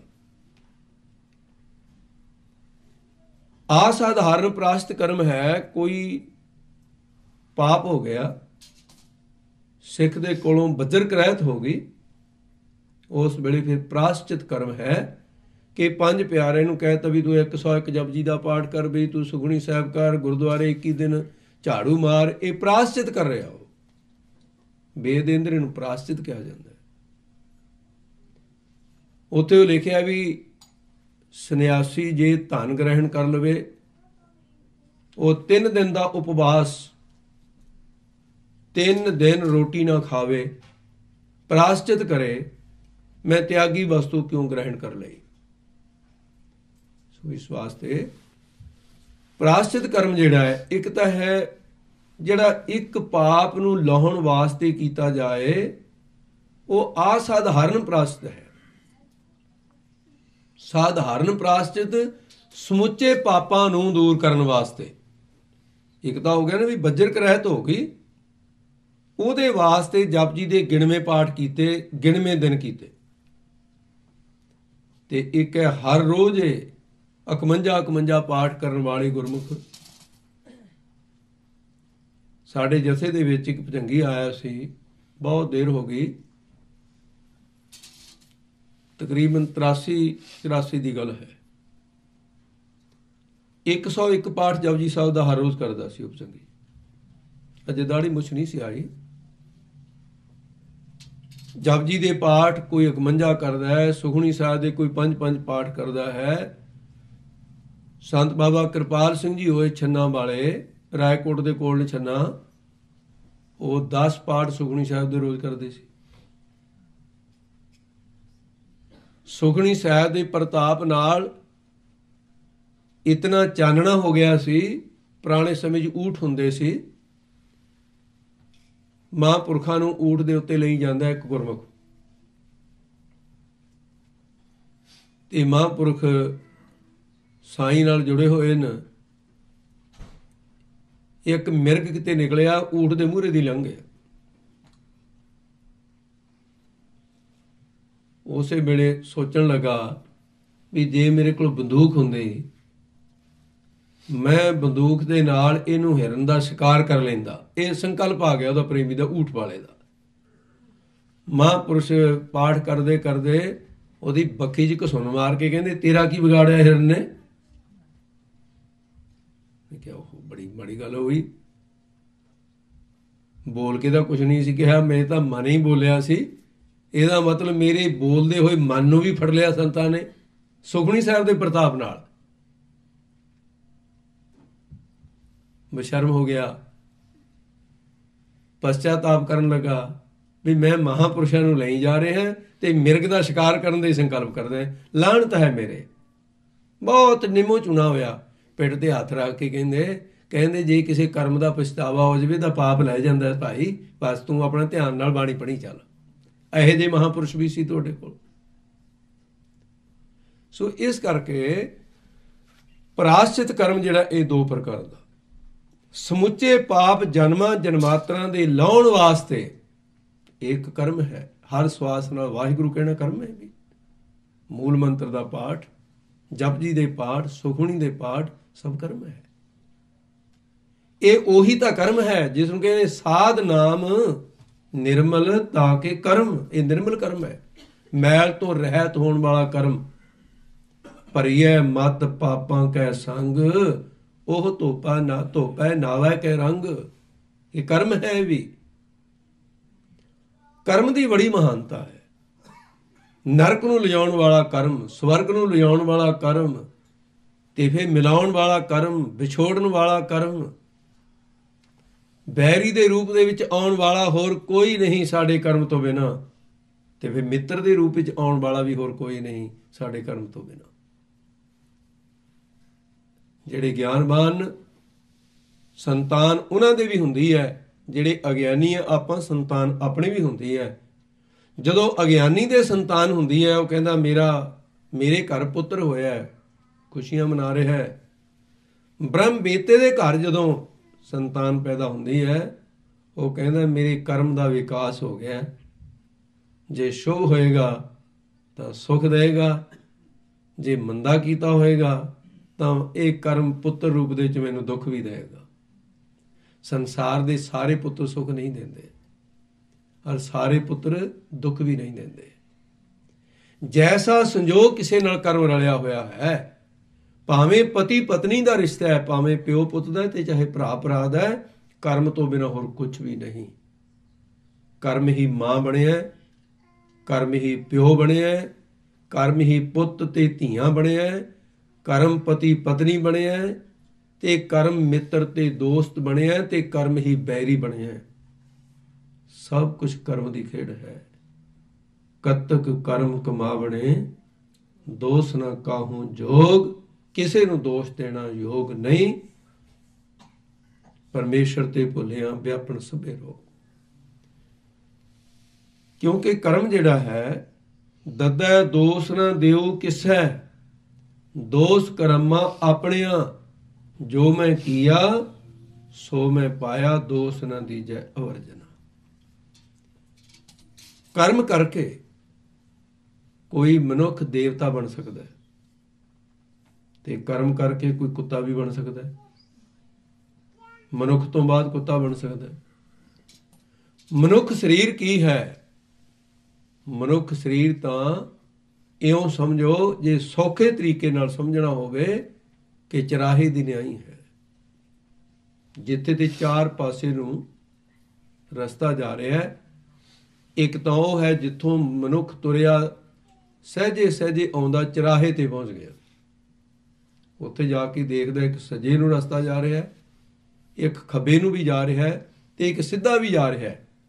ਚਰਾਹੇ ਤੇ ਖੜਾ ਮਨੁੱਖ ਅਗਰ ਉਸ ਨੂੰ ਦਿਸ਼ਾ ਭਰਮਣ ਹੋ ਜਾਏ, ਗਲਤੀ ਲੱਗ ਜਾਏ, ਤਾਂ ਫਿਰ ਸਿੱਧਾ ਜਾਣ ਦੀ ਬਜਾਏ ਪਿੱਛੇ ਨੂੰ ਵੀ ਮੁੜ ਸਕਦਾ ਹੈ। ਦਿਸ਼ਾ ਭਰਮਣ ਹੋਣ ਤੋਂ ਜਿੱਧਰੋਂ ਆਇਆ ਸੀ ਉਧਰ ਨੂੰ ਵੀ ਵਾਪਸ ਜਾ ਸਕਦਾ ਹੈ। ਕੁਝ ਲੋਕ ਮਨੁੱਖਾ ਸਰੀਰ ਦੇ ਚਰਾਹੇ ਤੇ ਆ ਕੇ ਪਿੱਛੇ ਮੁੜ ਜਾਂਦੇ ਨੇ। ਪਿੱਛਾ ਕੀ ਹੈ? ਕੁੱਤੇ ਦੀ ਜੂਨ, ਪਸ਼ੂਆਂ ਦੀ ਜੂਨ, ਕੀੜੇ ਮਕੌੜਿਆਂ ਦੀ ਜੂਨ, ਇਹ ਪਿੱਛਾ। ਕਈ ਜਨਮ ਪਏ ਕੀਟ ਪਤੰਗਾ। ਜਾਣਾ ਸੀ ਸਿੱਧਾ, ਅਗਾਂਹ ਕੂ ਤਰਾਂਗ, सीधे सीधे रेख चलो, जाना सीधा सी, पर चक्कर खा के वापस मुड़िया, पीछे आ गया वापस गलती के कारण। बहुत बार ऐसा भ्रमण होता है। बहुत पुरानी बात है, तकरीबन ਲਗਭਗ ਕੋਈ 74 ਦੀ ਬਾਤ ਹੋਏਗੀ, ਬਚਪਨ ਸੀ ਮੇਰਾ ਵੀ। ਗੱਡੀ ਨੂੰ ਪੈਂਚਰ ਹੋ ਗਿਆ ਮਹਾਂਪੁਰਖਾਂ ਦੀ, ਤੇ ਉਹਦਾ ਪੈਂਚਰ ਲਾਉਣ ਵਾਸਤੇ ਚਲੇ ਗਏ। ਮਹਾਂਪੁਰਸ਼ ਉੱਥੇ ਬੈਠੇ ਸੀ, ਤੇ ਉਹ ਮੇਰੇ ਕੋਲ ਸ਼ਸਤਰ ਇੱਕ ਛੋਟਾ, ਉਹ ਮੈਂ ਇੱਕ ਪਾਸੇ ਰੱਖ ਕੇ ਸੇਵਾ ਕਰਨ ਲੱਗ ਪਿਆ। ਰਾਤ ਦੇ ਅੰਧੇਰੇ 'ਚੋਂ ਮੇਰਾ ਸ਼ਸਤਰ ਉੱਥੇ ਹੀ ਭੁੱਲਿਆ ਆ। ਜਦੋਂ ਪਹੁੰਚੇ ਅਸਥਾਨ ਤੇ, ਉੱਥੋਂ 10-12 ਮੀਲ ਤੇ ਪਹੁੰਚ ਗਏ, 15 ਮੀਲ ਤੇ ਲਗਭਗ। ਮੈਂ ਸੋਚਿਆ ਵੀ ਜੇ ਮਹਾਂਪੁਰਖਾਂ ਨੂੰ ਦੱਸਿਆ ਨਾ, ਫਿਰ ਕੱਲ ਨੂੰ ਪੇਸ਼ੀ ਹੋਣ ਦੀ ਬਜਾਏ ਵੀ ਆਪਾਂ ਹੁਣ ਅੱਜ ਹੀ ਗੁਨਾਹ ਆਪਣਾ ਕਬੂਲ ਕਰ ਲਈਏ। ਸ਼ਸਤਰ ਬੜਾ ਪਿਆਰਾ ਸੀ, ਉਹਨਾਂ ਨੇ ਆਪਣੇ ਹੱਥੀਂ ਦਿੱਤਾ ਸੀ। ਮੈਂ ਕਿਹਾ ਜੀ ਉਹ ਸ਼ਸਤਰ ਉੱਥੇ ਹੀ ਰਹਿ ਗਿਆ ਗਲਤੀ ਦੇ ਕਾਰਨ। ਕਹਿੰਦੇ ਇਸ ਗੱਲ ਦੀ ਲਿਹਾਜ਼ ਨਹੀਂ ਹਰੀ ਸਿਆਂ, ਸ਼ਸਤਰ ਜਾ ਕੇ ਲੈ ਕੇ ਆਓ ਰਾਹ ਤੇ ਰਾਤ। ਸਾਈਕਲ ਚੁੱਕਿਆ ਇੱਕ ਮੈਂ, ਇੱਕ ਭਾਈ ਜਗਦੀਸ਼ ਸਿੰਘ ਸੀ, ਅਸੀਂ ਚੱਲ ਪਏ। ਜਾ ਕੇ ਸ਼ਸਤਰ ਤਾਂ ਗਿਆ ਮਿਲ। ਸ਼ਸਤਰ ਲੈ ਕੇ ਜਦੋਂ ਅਸੀਂ ਵਾਪਸ ਆਏ, ਦਿਸ਼ਾ ਭਰਮਣ ਹੋ ਗਿਆ ਦੋਨਾਂ ਨੂੰ, ਕਿਉਂਕਿ ਨਵਾਂ ਰਸਤਾ ਸੀ ਦੇਖਣ ਵਾਸਤੇ। ਰਾਹ ਮੁੱਕਣ 'ਚ ਨਾ ਆਵੇ, ਮੁੱਕਣ 'ਚ ਨਾ ਆਵੇ। ਮਖੋ ਜਗਦੀਸ਼ਿਆ ਕੀ ਹੋ ਗਿਆ? ਕਹਿੰਦਾ ਜੀ ਪਤਾ ਹੀ ਨਹੀਂ ਚੱਲ ਰਿਹਾ। ਸਾਰੀ ਰਾਤ ਘੁੰਮ ਕੇ ਮੁੜ ਕੇ ਉਸੇ ਸੜਕ ਤੇ ਫੇਰ ਆ ਚੜੇ ਦਿਨ ਚੜ੍ਹਦੇ ਨੂੰ। ਕਹਿੰਦਾ ਇਹ ਤਾਂ ਉੱਥੇ ਆ ਗਏ ਆਪਾਂ ਜਿੱਥੋਂ ਗਏ ਸੀ। ਜਿਵੇਂ ਇਹ ਦਿਸ਼ਾ ਭਰਮਣ ਸਾਨੂੰ ਹੋਇਆ, ਇਹ ਸਾਨੂੰ ਸਾਰਿਆਂ ਨੂੰ ਹੋਇਆ। ਮਨੁੱਖਾ ਸਰੀਰ ਵਿੱਚ ਆ ਕੇ ਕਈ ਉੱਥੋਂ ਜਿੱਥੋਂ ਚੱਲੇ ਉੱਥੇ ਨੂੰ ਮੁੜ ਜਾਂਦੇ ਆ ਵਾਪਸ। ਜਿਵੇਂ ਸਾਰੀ ਰਾਤ ਫਿਰ ਕੇ ਅਸੀਂ ਉੱਥੇ ਚਲੇ ਗਏ ਸੀ। ਜ਼ਿੰਦਗੀ ਦੀ ਸਾਰੀ ਰਾਤ ਫਿਰ ਕੇ ਮੁੜ ਕੇ ਉਹਨਾਂ ਹੀ ਜੂਨਾਂ ਦੇ ਵਿੱਚ ਜਾਣਾ ਹੈ, ਤਾਂ ਮਨੁੱਖਾ ਸਰੀਰ ਵਿੱਚ ਆਉਣ ਦਾ ਲਾਭ ਕੀ ਮਿਲਿਆ? ਕਰਮ ਮੁੜ ਕੇ ਫਿਰ ਉੱਥੇ ਲੈ ਗਿਆ, ਪਿੱਛੇ ਨੂੰ ਮੁੜ ਗਏ। ਕਰਮ ਐਸਾ ਕਰ ਬੈਠੇ। ਕੋਈ ਪਿੱਛੇ ਨੂੰ ਮੁੜਨ ਵਾਲੇ ਕਰਮ ਨੇ, ਅਗਾਂਹਵਧੂ ਕਰਮ ਨਹੀਂ ਹਨ। ਤੇ ਦੋ ਰਸਤੇ ਅੱਗੇ, ਇੱਕ ਖੱਬੇ ਪਾਸੇ ਨੂੰ ਜਾਂਦਾ, ਤੇ ਕੁਝ ਲੋਕ ਉਹ ਜਿਹੜੇ ਸਾਡੇ ਵਿੱਚੋਂ ਮਨੁੱਖਾ ਸਰੀਰ ਨੂੰ ਤਿਆਗ ਕੇ ਪ੍ਰੇਤ ਦੀ ਯੋਨੀ ਵਿੱਚ ਪੈ ਜਾਂਦੇ। ਖੱਬੇ ਪਾਸੇ ਨੂੰ ਮੁੜ ਗਏ, ਉਹ ਪਿੱਛੇ ਨੂੰ ਤਾਂ ਨਹੀਂ ਮੁੜੇ। ਪ੍ਰੇਤ ਯੋਨੀ ਮਿਲ ਗਈ, ਪਏ ਘਰ ਦੇ ਫਿਰ ਸਿਆਣਿਆਂ ਕੋਲ ਜਾਣ, ਜਾ ਕੇ ਤਾਗੇ ਤਬੀਤ ਕਰਦੇ ਰਹਿਣ। ਤੇ ਫਿਰ ਜਿਹੜੇ ਬੜੇ ਬੜੇ ਪੀਰਾਂ ਦੇ ਇਸ਼ਤਿਹਾਰ ਪੜ੍ਹਦੇ, ਉਹਨਾਂ ਦੀ ਰੋਜੀ ਰੋਟੀ ਵੀ ਤਾਂ ਇਹਦੇ ਨਾਲ ਹੀ ਚੱਲਦੀ ਆ। ਅੱਧੇ ਤਾਂ ਪ੍ਰੇਤ ਉਹਨਾਂ ਨੇ ਕਲਪਨਾ ਦੇ ਬਾੜੇ ਹੋਏ ਨੇ ਤੁਹਾਡੇ ਘਰਾਂ 'ਚ। ਡੰਡਕ ਮੰਡਕ ਉਹਨਾਂ ਦਾ ਵਧੀਆ ਚੱਲ ਰਿਹਾ ਹੈ। ਪਰ ਇਹ ਪ੍ਰੇਤ ਜੋਨ ਜੇ ਨਾ ਹੁੰਦੀ ਤਾਂ ਪਾਤਸ਼ਾਹ ਦਾ ਜ਼ਿਕਰ ਨਾ ਕਰਦੇ। ਕਈ ਕੋਟ ਭੂਤ ਪ੍ਰੇਤ ਸੂਕਰ ਮਿਰਗਾਚ ਹੁੰਦੇ ਨੇ। ਤੇ ਕੁਝ ਲੋਕ ਖੱਬੇ ਪਾਸੇ ਨੂੰ ਮੁੜ ਗਏ, ਪ੍ਰੇਤ ਯੋਨੀ ਵਿੱਚ ਚਲੇ ਗਏ। ਤੇ ਕੁਝ ਚਰਾਹੇ ਤੋਂ ਸੱਜੇ ਪਾਸੇ ਮੁੜ ਗਏ, ਪ੍ਰੇਤ ਤਾਂ ਨਹੀਂ ਬਣੇ, ਪਿੱਛੇ ਵੀ ਨਹੀਂ ਮੁੜੇ। ਤੇ ਰਾਹ ਜਿਹੜਾ ਜਾਂਦਾ ਸੀ ਸੱਜੇ ਪਾਸੇ ਨੂੰ, ਉਹ ਸਵਰਗ ਵਿੱਚ ਚਲੇ ਗਏ, ਦੇਵਤੇ ਬਣ ਗਏ। ਪਰਮਾਤਮਾ ਦੀ ਪ੍ਰਾਪਤੀ ਉਹ ਵੀ ਨਹੀਂ ਕਰ ਸਕੇ। ਦੇਵਤਾ ਵੀ ਜੰਮਣ ਮਰਨ ਵਿੱਚ ਹੈ, ਪ੍ਰੇਤ ਵੀ ਜੰਮਣ ਮਰਨ ਵਿੱਚ ਹੈ, ਵਾਪਸ ਮੁੜੇ ਉਹ ਵੀ ਜੰਮਣ ਮਰਨ 'ਚ ਨ। ਇੱਕੋ ਹੀ ਰਸਤਾ ਸੀ ਜਿਹੜਾ ਸਿੱਧਾ ਜਾਂਦਾ ਸੀ। ਸਿੱਧੇ ਸਿੱਧੇ ਰੇਗ ਚਲੋ ਤੁਮ ਨਤਰ ਕੋ ਧੱਕਾ ਦਵੀਆ ਰੇ। ਸਿੱਧਾ ਰਸਤਾ ਸੀ ਪ੍ਰਭੂ ਦੀ ਪ੍ਰਾਪਤੀ ਦਾ, ਭਗਤੀ ਦਾ, ਗਿਆਨ ਦਾ ਮਾਰਗ ਸੀ, ਪ੍ਰੇਮਾ ਭਗਤੀ ਦਾ ਮਾਰਗ ਸੀ। ਪ੍ਰੇਮਾ ਭਗਤੀ ਦਾ ਮਾਰਗ ਪ੍ਰਮਾਤਮਾ ਦੇ ਮੰਜ਼ਲ ਰੂਪ ਪ੍ਰਮਾਤਮਾ ਦੀ ਪ੍ਰਾਪਤੀ ਕਰਾਉਣ ਵਾਲਾ ਹੈ। ਸੱਚਖੰਡ ਜਾ ਕੇ ਜਿੱਥੇ ਮੁੜ ਕੇ ਨਹੀਂ ਆਈਦਾ, ਸੱਚਖੰਡ ਵਸਿਆ ਨਿਰੰਕਾਰ, ਕਰ ਕਰ ਵੇਖੈ ਨਦਰ ਨਿਹਾਲ। ਤੇ ਸਿੱਧੇ ਜਾਣ ਵਾਲੇ ਉੱਥੇ ਪਹੁੰਚ ਜਾਂਦੇ ਨੇ। ਇਹ ਸਭ ਕੁਝ ਕਰਮ ਦਾ ਚੱਕਰ ਹੈ। ਇਸ ਕਰਕੇ ਜੈਸੇ ਕੋਈ ਕਰਮ ਕਰਦਾ ਹੈ, ਜੇ ਵੇਹੇ ਕਰਮ ਕਮਾਮ ਦੇ, ਤੇ ਵੇਹੋ ਫਲ ਤੇ। ਫਲ ਦਾ ਕਰਮ ਉਹੀ। ਧ੍ਰਿਤਰਾਸ਼ਟਰ ਕੈਰਮਨ ਦਾ ਪਿਤਾ, ਦੁਰਯੋਧਨ ਦਾ ਪਿਤਾ, ਹਿਸਟਰੀ ਦੇ ਵਿੱਚ ਨਾਂ ਹੈ, ਬੜਾ ਸ਼ਕਤੀਸ਼ਾਲੀ ਵਾਲਾ ਸੀ, ਪਰ ਅੱਖਾਂ ਤੋਂ ਜਮਾਂਦਰੂ ਅੰਨਾ ਸੀ। ਜਦੋਂ ਧ੍ਰਿਤਰਾਸ਼ਟਰ ਦੇ 100 ਪੁੱਤ ਮਰ ਗਏ, ਦੁਰਯੋਧਨ ਹੋਣੀ 100 ਭਰਾ ਸੀ, ਦੁਰਯੋਧਨ ਤੋਂ 99 ਹੋਰ ਸੀ, 100ਵਾਂ ਦੁਰਯੋਧਨ ਸੀ। ਮਾਰੇ ਗਏ ਸਾਰੇ ਮੈਦਾਨੇ ਜੰਗ ਵਿੱਚ। ਪੁੱਤਰਾਂ ਦੇ ਮਰਨ ਤੋਂ, ਪੁੱਤਰਾਂ ਦੇ ਵਿਯੋਗ ਵਿੱਚ ਬਹੁਤ ਬੇਵਲ ਹੋਇਆ ਧ੍ਰਿਤਰਾਸ਼ਟਰ ਕਲਪਨਾ ਕਰਦਾ ਹੈ, ਆਪਣਾ ਆਪਾ ਖੋ ਰਿਹਾ ਹੈ, ਕੰਧਾਂ 'ਚ ਟੱਕਰਾਂ ਮਾਰਦਾ ਹੈ। ਤੇ ਭਗਵਾਨ ਕ੍ਰਿਸ਼ਨ ਪਹੁੰਚੇ। ਗਿਆਨ ਤੇ ਅਗਿਆਨ ਦੀ ਆਪਸ ਵਿੱਚ ਵਿਚਾਰ ਵਟਾਂਦਰਾ ਹੋਣ ਲੱਗੀ। ਗਿਆਨ ਰੂਪ ਭਗਵਾਨ ਕ੍ਰਿਸ਼ਨ ਜੀ ਨਾ ਕਹਿਣ ਲੱਗੇ, ਰਾਜਨ ਹੁਣ ਕਲਪਨਾ ਕਰਨ ਦੇ ਨਾਲ ਕੁਛ ਨਹੀਂ ਹੋਣ ਵਾਲਾ, ਵੇਲਾ ਬੀਤ ਗਿਆ ਹੱਥੋਂ। ਕਹਿਣ ਲੱਗੇ ਭਗਵਾਨ ਕ੍ਰਿਸ਼ਨ ਵੀ ਇੱਕ ਬਾਤ ਦੱਸ, 100 ਪੁੱਤਰ ਸੀ, 100 ਦੇ 100 ਹੀ ਮਰ ਗਏ। ਮੇਰਾ ਗਿਲਾ ਹੈ ਉਸ ਪਰਮਾਤਮਾ ਤੇ, ਤੂੰ ਈਸ਼ਵਰ ਅਵਤਾਰ ਹੈ, ਮੈਨੂੰ ਉੱਤਰ ਚਾਹੀਦਾ ਹੈ। ਕਿਤੇ ਇੱਕ ਅੱਧਾ ਹੀ ਬਚ ਰਹਿੰਦਾ, ਮੈਨੂੰ ਇਹ ਤਾਂ ਹੁੰਦਾ ਵੀ ਸੰਸਾਰ ਮੇਰੀ ਸੰਤਾਨ ਹੈ। ਕਿਤਨੀ ਬੇਇਨਸਾਫੀ ਹੈ ਕਿ 100 ਦੇ 100 ਹੀ ਮਰ ਗਏ। ਸੰਸਾਰ ਦੇ ਵਿੱਚ ਕੁਝ ਲੋਕ ਐਸੇ ਨੇ ਜਿਨ੍ਹਾਂ ਦਾ ਇੱਕ ਪੁੱਤਰ ਹੁੰਦਾ ਹੈ, ਪਰ ਮੇਰੇ ਤਾਂ 100 ਸੀ, ਵਿਹੜਾ ਖਾਲੀ ਹੋ ਗਿਆ। ਕਿਉਂ ਕੀਤਾ ਪ੍ਰਮਾਤਮਾ ਨੇ ਐਸਾ ਮੇਰੇ ਨਾਲ? ਮੇਰੇ 100 ਦੇ 100 ਹੀ ਪੁੱਤਰ ਕਿਉਂ ਖੋਲੇ ਰੱਬ ਨੇ? ਕਿਆ ਪ੍ਰਮਾਤਮਾ ਦੇ ਹੁਕਮ ਤੋਂ ਬਿਨਾਂ ਹੀ ਮਰ ਗਏ ਮੇਰੇ ਪੁੱਤਰ? ਭਗਵਾਨ ਜੀ ਕਹਿੰਦੇ ਨਹੀਂ, ਉਹਦੇ ਹੁਕਮ 'ਚ ਮਰੇ ਆ। ਕਹਿੰਦੇ ਫਿਰ ਕਿਉਂ ਦਿੰਦਾ ਰੱਬ ਇਹ ਜਿਹੇ ਹੁਕਮ? ਕਿਸੇ ਦੀ ਸਾਰੀ ਸੰਤਾਨ ਕਿਉਂ ਖੋਂਦਾ ਹੈ? ਭਗਵਾਨ ਜੀ ਕਹਿਣ ਲੱਗੇ, ਇਹ ਤੇਰੀ ਸੰਤਾਨ ਤੇਰੇ ਕਰਮ ਨੇ ਖੋਈ ਹੈ। ਈਸ਼ਵਰ ਤਾਂ ਜਥਾ ਕਰਮ ਤਥਾ ਫਲ ਦੇਣ ਵਾਲਾ ਹੈ। ਕਹਿਣ ਲੱਗੇ ਜੀ ਮੈਨੂੰ ਉੱਤਰ ਚਾਹੀਦਾ ਇਹਦਾ। ਕਹਿੰਦੇ ਫਿਰ ਸੁਣ ਕੰਨ ਖੋਲ ਕੇ, ਸੁਣ ਇਹਦਾ ਉੱਤਰ। ਕਹਿੰਦੇ ਦ੍ਰਿਸ਼ਟੀ ਅੰਤਰਾਤਮੇ ਕਿਆ ਹੋ ਗਿਆ ਤੇਰੇ ਜਿਹੜੇ ਨੇਤਰ ਬੰਦ ਨੇ, ਅੰਦਰਲੇ ਨੇਤਰ ਖੋਲ ਰਾਜਨ, ਦੇਖ ਤੇਰਾ ਆਪਣਾ ਕਰਮ। ਅੰਦਰਲੀ ਦ੍ਰਿਸ਼ਟੀ ਖੋਲ ਕੇ ਵੇਖਣ ਲੱਗਾ। ਕਹਿੰਦਾ ਭਗਵਾਨ ਇਹ ਜਨਮ ਵਿੱਚ ਕੋਈ ਐਸਾ ਕਰਮ ਨਹੀਂ ਕੀਤਾ ਜਿਹੜੇ ਕਰਕੇ ਮੇਰੀ ਸੰਤਾਨ ਮੇਰੇ ਕੋਲੋਂ ਚਲੀ ਜਾਂਦੀ। ਪਾਪ ਹੀ ਨਹੀਂ ਕੀਤਾ ਕੋਈ। ਕਹਿੰਦੇ ਪਿਛਲੇ, ਕਹਿੰਦਾ ਭਗਵਾਨ ਪਿਛਲੇ 100 ਜਨਮ ਤੱਕ ਮੈਨੂੰ ਸਿਮਰਤੀ ਹੈ, 100 ਜਨਮ 'ਚ ਕੋਈ ਮਾੜਾ ਕਰਮ ਨਹੀਂ ਕੀਤਾ। ਕਿਉਂ ਮਰੀ ਸੰਤਾਨ ਮੇਰੀ? ਕਹਿੰਦੇ ਉਸ ਤੋਂ ਅੱਗੇ ਚੱਲ। ਪਹੁੰਚਦਾ ਪਹੁੰਚਦਾ 106 ਜਨਮਾਂ ਤੱਕ ਪਹੁੰਚਿਆ ਧ੍ਰਿਤਰਾਸ਼ਟਰ। ਭਗਵਾਨ ਕਹਿੰਦੇ ਹੁਣ ਇੱਕ ਜਨਮ ਹੋਰ ਪਿੱਛੇ ਜਾ। ਕਹਿੰਦਾ ਜੀ ਹੁਣ ਮੇਰੀ ਦ੍ਰਿਸ਼ਟੀ ਨਹੀਂ ਕੰਮ ਕਰਦੀ, ਮੇਰੀ ਸਮਰੱਥਾ ਦੀ ਸੀਮਾ ਆ ਗਈ, ਮੇਰੀ ਸਮਰੱਥਾ ਦੀ ਹੱਦ ਆ ਗਈ, ਇਸ ਤੋਂ ਅੱਗੇ ਮੈਂ ਜਾ ਨਹੀਂ ਸਕਦਾ।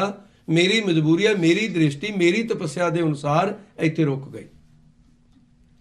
ਭਗਵਾਨ ਜੀ ਕਹਿੰਦੇ ਫਿਰ ਮੈਂ ਆਪਣੀ ਸਮਰੱਥਾ ਤੈਨੂੰ ਦੇਣਾ, ਜਿਹੜਾ ਤੈਨੂੰ ਦਿਸੇ। ਦੇਖ ਤੇਰਾ 107ਵਾਂ ਜਨਮ ਸੀ ਰਾਜਨ। ਕਹਿੰਦੇ ਉਸ ਵੇਲੇ ਤੂੰ ਇੱਕ ਬਾਦਸ਼ਾਹ ਸੀ, ਤੇਰੇ ਪੁੰਨ ਕਰਮ ਤੈਨੂੰ ਬਾਰ-ਬਾਰ ਬਾਦਸ਼ਾਹ ਦਾ ਜਨਮ ਦਿੰਦੇ ਰਹੇ। ਕਹਿੰਦੇ ਉਸ ਵੇਲੇ ਤੈਨੂੰ ਇੱਕ ਬੜੀ ਭੈੜੀ ਆਦਤ ਪੈ ਗਈ, ਮਾਸ ਖਾਣ ਦੀ ਆਦਤ ਪੈ ਗਈ ਸੀ। ਮੀਰ ਸ਼ਿਕਾਰ, ਇੱਕ ਮਹਿਕਮੇ ਦਾ, ਸ਼ਿਕਾਰ ਦੇ ਮਹਿਕਮੇ ਦਾ ਅਫਸਰ ਹੁੰਦਾ ਸੀ, ਉਹਨੂੰ ਮੀਰ ਸ਼ਿਕਾਰ ਕਹਿੰਦੇ ਸੀ। ਬਰਖਾ ਰੁੱਤ ਸੀ, ਤੈਂ ਆਪਣੇ ਮੀਰ ਸ਼ਿਕਾਰ ਨੂੰ ਕਿਹਾ ਮੇਰੇ ਵਾਸਤੇ ਸ਼ਿਕਾਰ ਖੇਡ ਕੇ ਲਿਆ। ਬਾਰਿਸ਼ ਬਹੁਤ ਤਿੱਖੀ ਪੈ ਰਹੀ ਸੀ। ਮੀਰ ਸ਼ਿਕਾਰ ਨੇ ਸੋਚਿਆ ਮੈਂ ਕਿੱਥੇ ਜਾਵਾਂ। ਜੇ ਸੋਚਦੇ ਹੀ ਸੀ ਉਹਦੇ ਨਿਗਾਹ ਪੰਛੀ ਪਏ ਤੇਰੇ ਮਹਿਲਾਂ ਦੇ ਨੇੜੇ। ਹੰਸ ਤੇ ਹੰਸਣੀ 100 ਬੱਚਾ ਛੱਡ ਕੇ ਉਹ ਆਪਣਾ ਚੋਗਾ ਚੁਗਣ ਵਾਸਤੇ ਗਏ ਹੋਏ ਸੀ ਮਾਨਸਰੋਵਰ। ਤੈਂ ਉਹਨਾਂ ਪੰਛੀਆਂ ਦਾ ਇੱਕ ਬੱਚਾ ਚੁੱਕਿਆ ਤੇਰੇ ਮੀਰ ਸ਼ਿਕਾਰ ਨੇ, ਤੇ ਉਹਨੂੰ ਸਾਫ਼ ਕਰਕੇ, ਉਹਦੇ ਖੰਭਾਂ ਨੂੰ ਸਾਫ਼ ਕਰਕੇ, ਤੜਕਾ ਫੜਕਾ ਲਾ ਕੇ ਤੈਨੂੰ ਖਵਾਇਆ। ਉਹ ਮਾਸ ਤੈਨੂੰ ਇੰਨਾ ਸਵਾਦ ਲੱਗਿਆ, ਮੀਰ ਸ਼ਿਕਾਰ ਨੂੰ ਹੁਕਮ ਕਰਤਾ ਹਰ ਰੋਜ਼ ਇਸੇ ਪੰਛੀ ਦਾ ਮਾਸ ਚਾਹੀਦਾ। ਕਹਿੰਦੇ ਰਾਜਨ ਹੰਸ ਦੇ ਹੰਸਣੀ ਦੇ 100 ਬੱਚੇ ਸਨ, 100 ਦਿਨਾਂ ਵਿੱਚ ਤੈਂ ਸਾਰੇ ਖਾ ਲਏ। ਤੇ ਜਿਸ ਵੇਲੇ ਹੰਸ ਤੇ ਹੰਸਣੀ ਵਾਪਸ ਆਏ ਬੱਚਿਆਂ ਦੀ ਮਮਤਾ ਕੇਵਲ ਮਨੁੱਖ ਨੂੰ ਨਹੀਂ, ਪਸ਼ੂਆਂ ਨੂੰ ਵੀ ਹੈ, ਪੰਛੀਆਂ ਨੂੰ ਵੀ ਹੈ। ਉਹ ਕਲਪਦੇ ਫਿਰਦੇ ਨੇ। ਖੋਜ ਕੀਤੀ, ਇੱਧਰ ਉੱਧਰ ਲੱਭਿਆ ਬੱਚਿਆਂ ਨੂੰ, ਬੱਚੇ ਤਾਂ ਨਾ ਲੱਭੇ ਪਰ ਕੁਝ ਅਸਤ ਲੱਭ ਗਏ। ਹੰਸਨੀ ਨੇ ਪਹਿਚਾਣ ਲਏ। ਆਪਣੀ ਪਤੀ ਹੰਸ ਨੂੰ ਕਹਿਣ ਲੱਗੀ, ਕਿਸੇ ਜ਼ਾਲਮ ਮਨੁੱਖ ਨੇ ਆਪਣੇ ਬੱਚੇ ਖਾ ਲਏ। ਕਿਉਂਕਿ ਬੱਚੇ ਦਾ ਜਿਸਮ ਮਾਂ ਦੇ ਜਿਸਮ ਵਿੱਚ ਪਲਦਾ ਹੈ। ਮਾਂ ਦੀ ਬੁੱਧ ਜਿਹੜੀ ਹੈ ਪਿਤਾ ਨਾਲੋਂ ਜ਼ਿਆਦਾ ਕੰਮ ਕਰਦੀ ਹੈ ਸੰਤਾਨ ਦੇ ਮਾਮਲੇ 'ਚ। ਪੇਟ ਵਿੱਚ ਰੱਖਿਆ ਆਂਦਰਾਂ ਦੀ ਸਾਂਝ ਹੈ। ਕਹਿਣ ਲੱਗੀ, ਇਹ ਅਸਤ ਮੇਰੇ ਬੱਚਿਆਂ ਦੇ ਹਨ। ਹੰਸ ਰੋਇਆ, ਹੰਸ ਨਹੀਂ ਰੋਈ। ਉਹਨੇ ਕਿਹਾ, ਹੇ ਵਿਧਾਤਾ, ਇਹ ਸਾਡੇ ਬੱਚੇ ਖਾਣ ਵਾਲਿਆ, ਵਿਧਾਤਾ ਦੇ ਘਰ ਇਨਸਾਫ ਹੈ। ਅੱਜ ਅਸੀਂ ਆਪਣੇ 100 ਬੱਚਿਆਂ ਦੇ ਵਿਯੋਗ ਵਿੱਚ ਕਲਪ ਰਹੇ ਹਾਂ। ਇਹ ਤੂੰ ਐਸਾ ਕਰਮ ਕਰ ਲਿਆ, ਜਿਸ ਦਿਨ ਤੇਰੇ 100 ਪੁੱਤ ਮਰੇ ਉਸ ਦਿਨ ਤੈਨੂੰ ਪਤਾ ਚੱਲੇਗਾ ਮਮਤਾ ਕੀ ਹੁੰਦੀ ਹੈ ਸੰਤਾਨ ਦੀ। ਰਾਜਨ, ਇਹ ਤੇਰਾ ਆਪਣਾ ਕੀਤਾ ਕਰਮ ਸੀ। 107 ਜਨਮਾਂ ਦਾ ਇਹ ਫਲ ਦੇਣ ਵਾਸਤੇ ਤੈਨੂੰ ਇਸ ਜਨਮ ਵਿੱਚ ਪ੍ਰਾਪਤ ਹੋਇਆ। ਕਹਿਣ ਲੱਗਾ, ਮਹਾਰਾਜ ਮੈਂ ਇੱਕ ਗੱਲ ਪੁੱਛਣੀ ਚਾਹੁੰਦਾ ਇੱਥੇ, ਇਹ ਫਿਰ ਪਾਪ ਕਰਮ ਪਹਿਲੇ ਜਨਮਾਂ 'ਚ ਕਿਉਂ ਨਾ ਮਿਲ ਗਿਆ? ਇਹ ਹੁਣ ਕਿਉਂ ਮਿਲਿਆ 107 ਜਨਮਾਂ ਬਾਅਦ? ਕਹਿੰਦੇ, ਧ੍ਰਿਤਰਾਸ਼ਟਰ, ਤੇਰੇ ਪੁੰਨ ਕਰਮ ਇਤਨੇ ਪ੍ਰਬਲ ਸਨ, ਉਹਨਾਂ ਨੇ ਪਾਪ ਕਰਮ ਦੀ ਵਾਰੀ ਨਹੀਂ ਆਉਣ ਦਿੱਤੀ। ਬਾਰ-ਬਾਰ ਤੈਨੂੰ ਪੁੰਨ ਕਰਮ ਫਲ ਦੇਣ ਵਾਸਤੇ ਆਉਂਦੇ ਰਹੇ। ਇਹ ਤੇਰਾ ਜਨਮ ਅਖੀਰਲਾ ਜਨਮ ਹੈ। ਇਸ ਤੋਂ ਬਾਅਦ ਤੈਨੂੰ ਜਨਮ ਨਹੀਂ ਮਿਲੇਗਾ। ਇਹਦੇ ਵਿੱਚ ਤੈਨੂੰ ਇਹਦਾ ਫਲ ਭੁਗਤਾਨ ਹੋਣਾ ਸੀ। ਤੇਰਾ ਆਪਣਾ ਕੀਤਾ ਕਰਮ ਸੀ, ਇਸ ਕਰਕੇ ਮਨ ਚੋਂ ਕਲਪਨਾ ਖਤਮ ਕਰ ਦੇ। ਗਿਆਨ ਦੇ ਨਾਲ ਭਗਵਾਨ ਕ੍ਰਿਸ਼ਨ ਨੇ ਉਹਦੇ ਪੁੱਤਰਾਂ ਦੀ ਮੋਹ ਦੀ ਬਾਤ ਸੀ ਜਿਹੜੀ ਨਿਵਰਤ ਕਰ ਦਿੱਤੀ।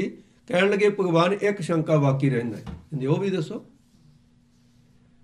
ਕਹਿੰਦੇ, ਪਰਮਾਤਮਾ ਨੇ ਲੋਕਾਂ ਨੂੰ 2-2 ਅੱਖਾਂ ਦਿੱਤੀਆਂ, ਪਸ਼ੂਆਂ ਨੂੰ ਵੀ ਦਿੱਤੀ, ਪੰਛੀਆਂ ਨੂੰ ਵੀ ਦਿੱਤੀਆਂ। ਕੀੜੇ ਮਕੌੜਿਆਂ ਨਾਲੋਂ ਵੀ ਮਾੜਾ ਹੋ ਗਿਆ। ਮੈਂ ਤਾਂ ਮੈਨੂੰ 2 ਦੇ ਥਾਂ ਤੇ 1 ਹੀ ਦੇ ਦਿੰਦਾ ਪਰਮਾਤਮਾ ਅੱਖ। ਇਹ ਮੈਨੂੰ ਦੋਨੇ ਨਹੀਂ ਦਿੱਤੀਆਂ। ਮੈਂ ਅੱਖਾਂ ਤੋਂ ਅੰਨਾ ਜੰਮਿਆ। ਕੀ ਇਹ ਇਨਸਾਫ ਕੀਤਾ ਈਸ਼ਵਰ ਨੇ ਮੇਰੇ ਨਾਲ? ਭਗਵਾਨ ਜੀ ਕਹਿੰਦੇ, ਹਾਂ, ਇਹ ਇਨਸਾਫ ਕੀਤਾ ਹੈ। ਅੰਨਾ ਹੋਣਾ ਵੀ ਕਰਮ ਤੇ ਸੰਜਾਖਾ ਹੋਣਾ ਵੀ ਕਰਮ, ਅੰਗ ਪੈਰ ਸਾਬਤ ਹੋਣੇ ਵੀ ਕਰਮ ਤੇ ਕੱਟੇ ਜਾਣੇ ਵੀ ਕਰਮ। ਸਭ ਕੁਝ ਕਰਮ ਹੈ। ਕਰਮ ਤੇ ਦ੍ਰਿਸ਼ਟੀ ਲਿਆ। ਇਹ ਵੀ ਤੇਰਾ ਇੱਕ ਕਰਮ ਸੀ ਜਿਸ ਨੇ ਤੈਨੂੰ ਅੰਨਾ ਪੈਦਾ ਕੀਤਾ ਹੈ। ਕਹਿੰਦਾ, ਜੀ ਮੈਂ ਜਾਣਨਾ ਚਾਹੁੰਦਾ। ਭਗਵਾਨ ਜੀ ਕਹਿੰਦੇ, ਉਸੇ ਜਨਮ ਵਿੱਚ 107ਵੇਂ ਜਨਮ ਵਿੱਚ ਜਦੋਂ ਬਾਲਪਨ ਵਿੱਚ ਸੀ, ਤੈਂ ਇੱਕ ਅੱਤ ਤੋਂ ਟਿੱਡਾ ਲਾਇਆ, ਇੱਕ ਸੂਲ ਲੈ ਕੇ ਉਹਦੀਆਂ ਅੱਖਾਂ ਭੰਨੀਆਂ ਤੇ ਬੜਾ ਖੁਸ਼ ਹੋਇਆ। ਟਿੱਡੇ ਨੂੰ ਅੱਖਾਂ ਤੋਂ ਅੰਨਾ ਕੀਤਾ ਪਹਿਲਾਂ ਸੂਲਾ ਮਾਰ ਕੇ, ਫਿਰ ਉਹਦੇ ਖੰਭਾਂ ਦੇ 'ਚ ਸੂਲ ਗੱਡੀ, ਉਹਦੀ ਭਮੀਰੀ ਬਣਾ ਕੇ ਫਿਰ ਤੂੰ ਬੜਾ ਖੁਸ਼ ਹੋਇਆ। ਈਸ਼ਵਰ ਨੇ ਨਿਆਂ ਕੀਤਾ। 107 ਜਨਮਾਂ ਬਾਅਦ ਤੈਨੂੰ ਅੰਨਾ ਬਣਾ ਕੇ ਉਸ ਟਿੱਡੇ ਦੇ ਕਾਰਨ ਤੇਰਾ ਪਾਪ ਕਰਮ ਤੈਨੂੰ ਫਲ ਦੇਣ ਵਾਸਤੇ ਰਾਜਨ ਆਇਆ। ਤੇ ਤੂੰ ਵੀ ਹੁਣ ਸਾਰੀ ਜ਼ਿੰਦਗੀ ਅੰਨਾ ਹੋ ਕੇ ਹੀ ਭਰਮਣ ਕਰਦਾ ਰਿਹਾ, ਬਚਪਨ ਤੋਂ ਲੈ ਕੇ ਹੁਣ ਤੱਕ। ਕਹਿੰਦੇ ਧ੍ਰਿਤਰਾਸ਼ਟਰ ਨੂੰ ਉਸੇ ਵੇਲੇ ਗਿਆਨ ਹੋ ਗਿਆ। ਗਿਆਨ ਤੋਂ ਬਾਅਦ ਮੁਕਤੀ ਹੈ। ਗਿਆਨ ਦੇਣ ਵਾਲੇ ਗਿਆਨਵਾਨ 16 ਕਲਾ ਸੰਪੂਰਨ ਫਲਿਆ ਭਗਵਾਨ ਕ੍ਰਿਸ਼ਨ ਜੀ ਸਨ। ਗਿਆਨ ਹੁੰਦਾ ਵੀ ਕਿਉਂ ਨਾ। ਗਿਆਨ ਨਾਲ ਗੱਲ ਹੀ ਢੂੰਢੀ ਹੈ। ਜਦੋਂ ਪ੍ਰਤੱਖ ਗਿਆਨ ਹੋਇਆ, ਕਹਿਣ ਲੱਗਾ, ਭਗਵਾਨ, ਇੱਕ ਪਲ ਤੋਂ ਪਹਿਲਾਂ ਮੈਂ ਬੜਾ ਦੁਖੀ ਸੀ। ਮੈਨੂੰ ਪੁੱਤਰਾਂ ਦੇ ਵਿਛੜਨ ਦਾ ਜੋ ਸੰਸਾ ਸੀ, ਇਹ ਮੈਨੂੰ ਪਤਾ ਚੱਲ ਗਿਆ ਕਿ ਜਿਹੜੇ 100 ਜਿਹੜੇ ਉਹਨਾਂ ਹੰਸਾਂ ਦੀ ਔਲਾਦ ਮੈਂ ਖਾਧੀ ਤੇ ਉਹਦੇ ਕਾਰਨ ਮੇਰੇ ਪੁੱਤਰ ਮਰੇ, ਟੇਡੇ ਦੀਆਂ ਅੱਖਾਂ ਭੰਨੀਆਂ, ਉਹਦੇ ਕਾਰਨ ਮੈਂ ਅੰਨਾ ਜੰਮਿਆ। ਤੇ ਅੱਜ ਤੋਂ ਬਾਅਦ ਜਿਹੜੀ ਰਹਿੰਦੀ ਜ਼ਿੰਦਗੀ ਹੈ ਤੇ ਮੇਰੀ ਹੁਣ ਕਲਪਨਾ ਵਾਲੀ ਨਹੀਂ ਹੋਏਗੀ। ਮੈਨੂੰ ਇਹ ਪਤਾ ਚੱਲ ਗਿਆ, ਦੱਦਾ ਦੋਸ ਨਾ ਦੇਉ ਕਿਸੈ, ਦੋਸ ਕਰਮ ਆਪਣਿਆ, ਜੋ ਮੈਂ ਕੀਆ ਸੋ ਮੈਂ ਪਾਇਆ, ਦੋਸ ਨਾ ਦੀਜੈ ਅਵਰ ਜਨਾ। ਇਹ ਕਰਮ ਦੀ ਖੇਡ ਹੈ ਸਾਰੀ। ਕਰਮ ਕਥਾ ਵਿੱਚ ਅੱਗੇ ਅੱਗੇ जैसी विचार आएगी। पंक्ति पूरी होगी भाई। ਹਾਂਜੀ सतगुरु महाराज साहब ਦੇ ਅਨੰਨ ਸੇਵਕ ਭਾਈ ਦਇਆ ਸਿੰਘ ਜੀ ਕਰਮ ਕਥਾ ਸੁਣਾ ਰਹੇ ਨੇ। ਇਤਿਹਾਸ ਵਿੱਚ ਬੜਮੁੱਲੇ 10 ਅਧਿਆਇ ਹਨ ਇਹ, ਜਿਹਦੇ ਵਿੱਚ ਵੱਖਰੇ ਵੱਖਰੇ ਸਿਧਾਂਤ ਨੇ। ਇਸ ਅਧਿਆਇ ਦੇ ਵਿੱਚ ਕੇਵਲ ਕਰਮ ਕਥਾ ਹੈ। ਕਰਮ ਕਿੱਥੇ ਰਹਿੰਦੇ ਨੇ, ਕਿਵੇਂ ਸੰਚਿਤ ਹੁੰਦੇ ਨੇ, ਕਿਵੇਂ ਪ੍ਰਲਬਧ ਬਣਦੀ ਹੈ, ਇਹ ਸਾਰੀ ਬਾਤ ਅੱਗੇ ਆਏਗੀ। ਇੱਥੇ ਹੀ ਸਮਾਪਤੀ ਹੈ। ਭੁੱਲਾਂ ਚੁੱਕਾਂ ਦੀ ਸਾਥ ਸਮੀਖਿਆ ਕਰ। ਪੂਰਵ ਸੁਨਹੁ ਕਰਮ ਕੀ ਗਾਥਾ, ਨਰਕ ਸੁਰਗ ਹੋਏ ਜਨ ਫਲ ਸਾਥਾ। हे अच्युत हे पार ब्रह्म अविनाशी अविनाश, हे पूरन हे सर्व मैं दुख भंजन गुणतास। हे संगी हे निरंकार हे निर्गुण सब टेक, हे गोबिंद हे गुण निधान जाकै सदा विवेक।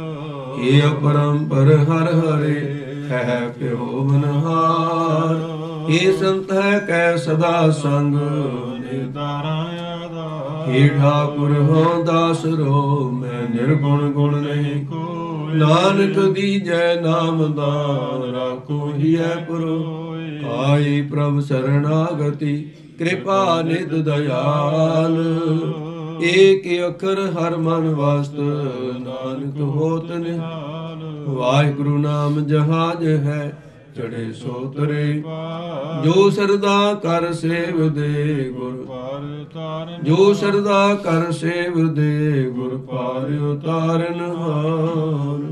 वाहिगुरु जी का खालसा